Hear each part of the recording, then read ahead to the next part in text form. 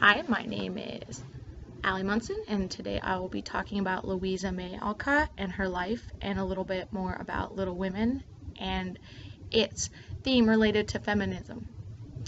She was born November 29th, 1832 in Pennsylvania. She was the daughter of Amos Bronson Alcott and Abby May Alcott. She was the second of four daughters. The others were Anna Bronson Alcott, Elizabeth Alcott, and Abigail Alcott. When she was 2, her family moved to Boston because her father joined the Transcendental Club. The other two in the club were Ralph Waldo Emerson and Henry David Thoreau, which probably sounds familiar considering that they're both pretty famous writers. Louisa Alcott received much education from these two as well, and she was even buried next to them after her death. So due to poverty, she had to help work for the family, and that caused her not to receive an education in the actual school system. In 1849, she wrote her first book, which was called Flower Fables. It was written for Emerson's daughter originally. Her family and her helped with the Underground Railroad, and they helped keep a few slaves so that they would not get caught. She became the first woman to register to vote in Massachusetts in the school board elections. In 1858, her younger sister Elizabeth died, and in 1860, she was a nurse for the Union Hospital in Georgetown. She made several impacts and several works because of that experience. And in 1864, she made her novel Moods. She had a lot of other novels come out in the mid-60s that were, I guess, what is the word? They were very passionate and they were very fierce. And then she made children's stories that got hugely positive reviews, and she, besides one book which they were not sure she actually wrote, was the only other one to come out that wasn't a children's novel.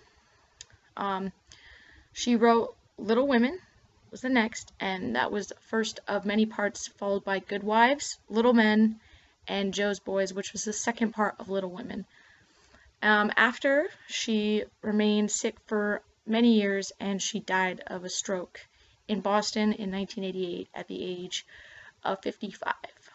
So I am going to talk a little bit more about Little Women, and after that about how it is related to feminism. Little Women was published in 1880, and it follows the four sisters, Jo, Meg, Beth, and Amy March. They were living with their mother while their father was off serving in the war. It showed the four sisters as they were children, and then as they grow into adults, their decisions and how it affected them. The oldest sister, Meg, falls in love with their tutor of their boy next door, and they get married and have twins. Jo, who decides not to be in love with the boy next door, moves to New York and wants to pursue a different kind of life. And Beth dies at a young age. And Amy and Laurie, the boy next door, end up falling in love because of the death of the younger sister.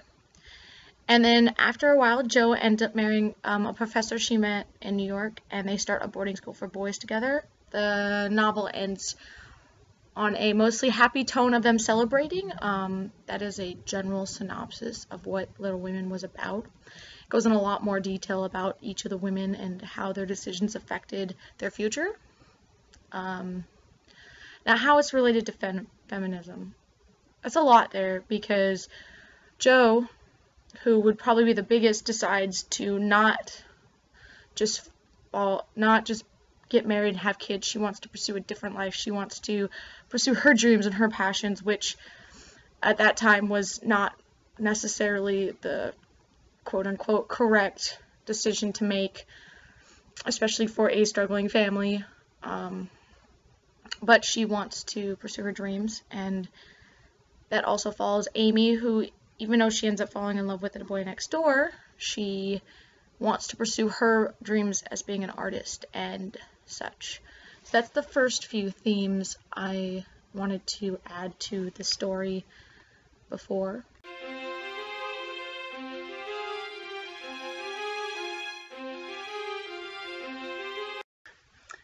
Here with me today is my closest friend and current Mr. Gay Alaska, Danny Ashton Earl. Wave with the other hand. Who is a recent UAA graduate with a women's studies minor. My question to you today, sir, is Louisa May Alcott, the writer of Little Women, do you believe that it is a feminist work? I believe that there's a lot of feminist themes within Little Women. What makes Little Women interesting is that feminism is dealing with the social, political, and economic advocacy for equality of men and women. And if you look at Little Women, you find themes of the girls, the sisters, kind of half and half. They want to go do their own thing, and then there's the other ones that fall in love with the boy next door. Your typical, like, this is what girls should do. And then Jo goes off and does her own thing, goes off to the big city, becomes a writer, really seeks out her own life, strong, independent woman. But then you've got themes that deal with showing the girls kind of being forced to blend in with society and do the stereotypical female roles.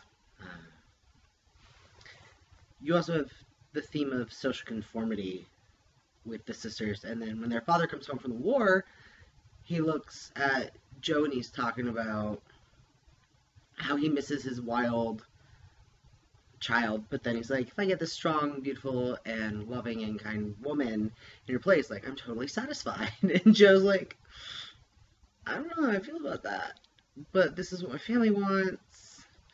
And you see that struggle of Jo trying to deal with social conformity versus being true to herself and being independent and happy.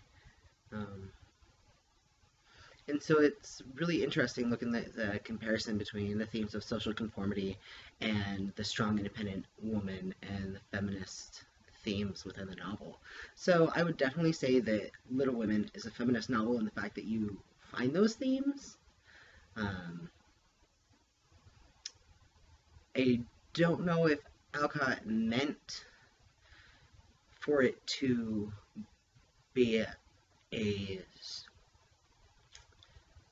focus, make feminism a focus of the novel, but I definitely think that there are feminist themes within the novel. All right. Well, thank you for your time today. Anybody can comment below whether they think that Little Women was a feminist novel or not. Have a good day, guys. Yay, feminism.